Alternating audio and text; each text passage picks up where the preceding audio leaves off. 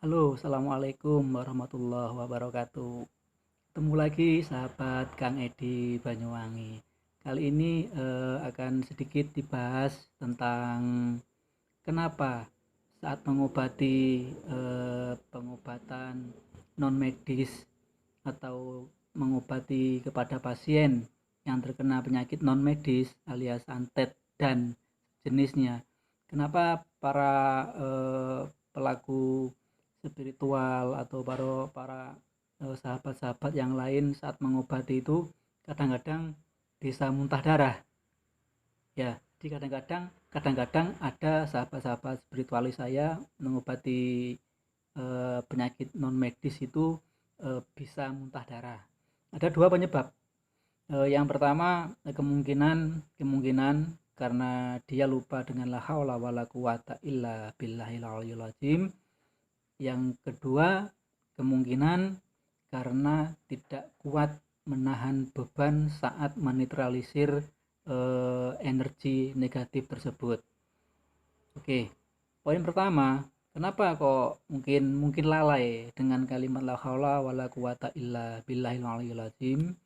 Kadang begini, sahabat Kang Edi Banyuwangi, tidak semua spiritualis ahli pengobatan itu dia pure murni menggunakan jati dirinya.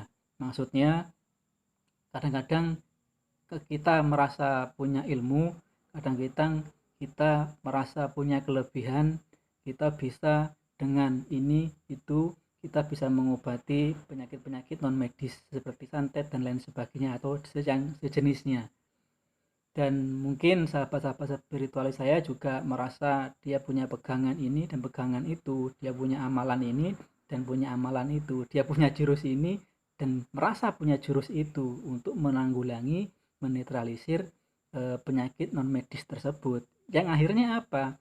Karena merasa dirinya punya kemampuan, akhirnya ada benturan-benturan yang dahsyat, walaupun tidak terlihat. Itu akan ada benturan yang sangat dahsyat yang tidak terlihat tapi bisa dirasakan, yang akhirnya bisa menimbulkan sesak di dada. Sesaknya itu seperti gelombang energi yang besar, dia membentur di sini. Akhirnya karena tidak kuat dan seperti sesak dan nafas, akhirnya timbullah sampai mengakibatkan muntah darah. Jadi seperti itu. Nah, karena apa yang lewat tuh?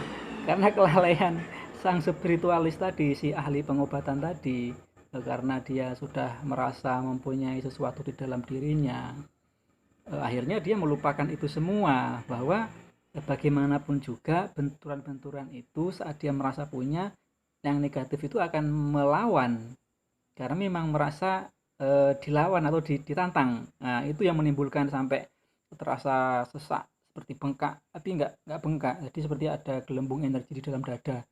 Dan tentunya yang akan dinetralisir itu ya melawan energi negatif, itu melawan, kita juga melawan. Semakin kuat energi negatif, kita semakin kewalahan, karena kita merasa memang punya sesuatu dan saya harus mengusirnya dan harus menetralisirnya dengan baca-bacaan tertentu. Akhirnya timbullah kemungkinan ya energi ini kalah atau ternetralisir, tapi bagi si spiritualis atau si pengobat sendiri itu akan merasakan gejala-gejala yang aneh. Dia akan naik, kemudian dia akan memuntahkan darah akibat benturan energi. Itu akibat dia melawan dan merasa dia punya sesuatu yang diandalkan.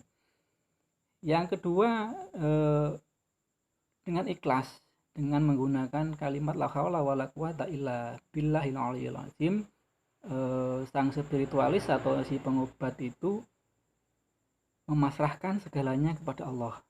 Bentuk kepasrahan dan keikhlasan itu saat menetralisir, mengobati seseorang yang terkena ilmu hitam atau terdapat energi negatif di dalam tubuhnya, sangat mudah dinetralisir dengan keikhlasan. Si pengobat sendiri atau spiritualis itu dan si pasien sama-sama ikhlas. Sekali lagi, dengan keikhlasan, dengan kalimat la haula wala quwata illa billahil aliyil azim, bahwa tidak ada daya dan kekuatan apapun yang kita miliki, di sanalah timbul keikhlasan.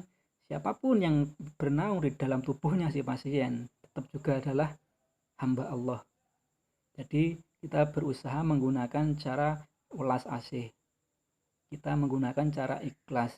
Ibaratnya ya paling tidak karena memang ini bukan tempatnya, kita mengusir secara perlahan dalam artian tidak memaksa, tidak menantang. Ya alhamdulillah selama ini terbukti memang dengan cara yang seperti itu, dengan cara kita betul-betul mengagungkan kalimat la haula wala quwata illa billahil aliyil azim, meresapi dengan baik, kemudian kita bisa mengaplikasikannya di dalam pengobatan, satu kalimat itu akan timbul keajaiban-keajaiban, tentunya dengan hati yang ikhlas dan penuh rendah hati serta welas asih. Semoga manfaat. Wabillahi taufiq wal hidayah. Assalamualaikum warahmatullahi wabarakatuh. Salam.